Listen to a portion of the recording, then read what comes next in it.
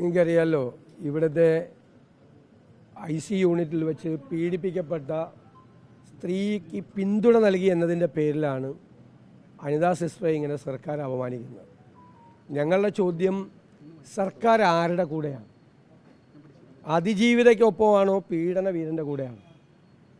ഇരയുടെ കൂടെയാണോ വേട്ടക്കാരുടെ കൂടെയാണോ? ആരെയാണ് ഇവർ സംരക്ഷിക്കാൻ ശ്രമിക്കുന്നത്?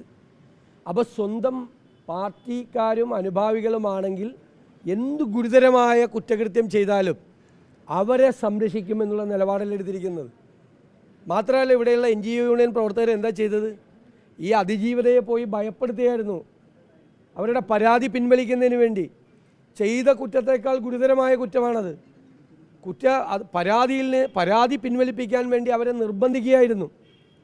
അതാണ് മേലുദ്യോഗസ്ഥരുടെ ആവശ്യപ്രകാരം ഒരു റിപ്പോർട്ടാക്കി അവർ കൊടുത്തത്.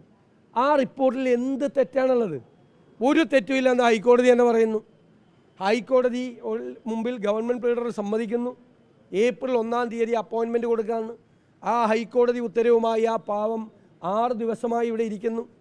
അമ്മ ഒരു സർജറി കഴിഞ്ഞ് കിടക്കുകയാണ്, മകൾ പ്രസവിച്ച് കിടക്കുകയാണ്, 2 മാസമായി ശമ്പളം കിട്ടിയിട്ടില്ല. ആരോടാണ് ഈ സർക്കാർ യുദ്ധം ചെയ്യുന്നത്? ഈ ആരോഗ്യമന്ത്രിയോട് എനിക്ക് ചോദിക്കാനുള്ളത്, നിങ്ങളൊരു സ്ത്രീയല്ലേ? എപ്പോഴും അവരുടെ കൂടെയല്ലേ നിൽക്കേണ്ടത്? നിങ്ങൾ ആരുടെ കൂടെയാണ് നിൽക്കുന്നത്? ആരാണ് ആരോഗ്യമന്ത്രിയെ ഭയപ്പെടുത്തുന്നത്? ഈ അതിജീവിതയ്ക്കൊപ്പവും അവർക്ക് പിന്തുണ കൊടുത്തവർക്ക് ഒപ്പവും നിന്നല്ലേ സർക്കാർ അവരെ ചേർത്ത് നിർത്തേണ്ടത്? ആരും ചെയ്തില്ലെങ്കിൽ ആരോഗ്യമന്ത്രിയെ അവരോട് ചെയ്യേണ്ടത്. അപ്പോൾ ഇവർ ഈ വേട്ടക്കാരുടെ കൂടെ നിൽക്കുകയാണ്. ഇതാണ് നമ്മളെ വിസ്മയിപ്പിക്കുന്ന ഒരു കാര്യം. ഞാനൊരു കാര്യം പറയുന്നു, അനിതാ സിസ്റ്ററെയും ഈ അതിജീവിതയെയും ഞങ്ങൾ ഒറ്റയ്ക്കാക്കില്ല. എല്ലാ പിന്തുണയും അവർക്കുണ്ടാകും. നിയമപരമായ കാര്യങ്ങൾ ചെയ്തു കൊടുക്കാനുള്ള പിന്തുണയുണ്ടാകും. ഇനി സമരരംഗത്തേക്ക് അവർക്ക് വേണ്ടി ഇറങ്ങിക്കഴിഞ്ഞാൽ കാരണം ഒരു പ്രതീകാത്മകമായ ഒരു കേസാണിത്. കാരണം ഇങ്ങനെ ഒരു സ്ഥലത്ത് സംഭവിക്കാൻ പാടില്ല. അപ്പോൾ ഇവർക്കൊരു നാണം പോലുമില്ല. ഇങ്ങനെ കേരളം മുഴുവൻ ഇത് ചർച്ച ചെയ്തിട്ട് ഇന്ന് 3-4 പത്രങ്ങളാണ് ഈ സംഭവത്തെക്കുറിച്ച് എഡിറ്റോറിയൽ എഴുതിയിരിക്കുന്നത്. എല്ലാവരെയും ഞെട്ടിപ്പിക്കുകയും എല്ലാവരെയും വിസ്മയിപ്പിക്കുകയും ചെയ്യുന്ന നിലപാടാണ് സർക്കാർ സ്വീകരിച്ചിരിക്കുന്നത്. അതുകൊണ്ട് അടിയന്തരമായി അവർക്ക് ഇവിടെ തന്നെ ഹൈക്കോടതിയുടെ നിർദ്ദേശപ്രകാരം അപ്പോയിൻമെൻറ്റ് കൊടുക്കണം. രണ്ടാമതൊരു കാര്യം, ഹൈക്കോടതി ഇതുപോലെ ഒരു ഉത്തരവ് കൊടുത്തിട്ട് അത് നടപ്പാക്കില്ല എന്നൊരു മന്ത്രി പറഞ്ഞാൽ അത് സത്യപ്രതിജ്ഞാ ലംഘനമല്ലേ? നിയമവും നീതിന്യായ സംവിധാനങ്ങളെയും അവർ പറയുന്നത് പാലിക്കാനുള്ള ഉത്തരവാദിത്വം സത്യപ്രതിജ്ഞ ചെയ്ത് അധികാരമേറ്റെടുത്തൊരു മന്ത്രിക്കില്ലേ?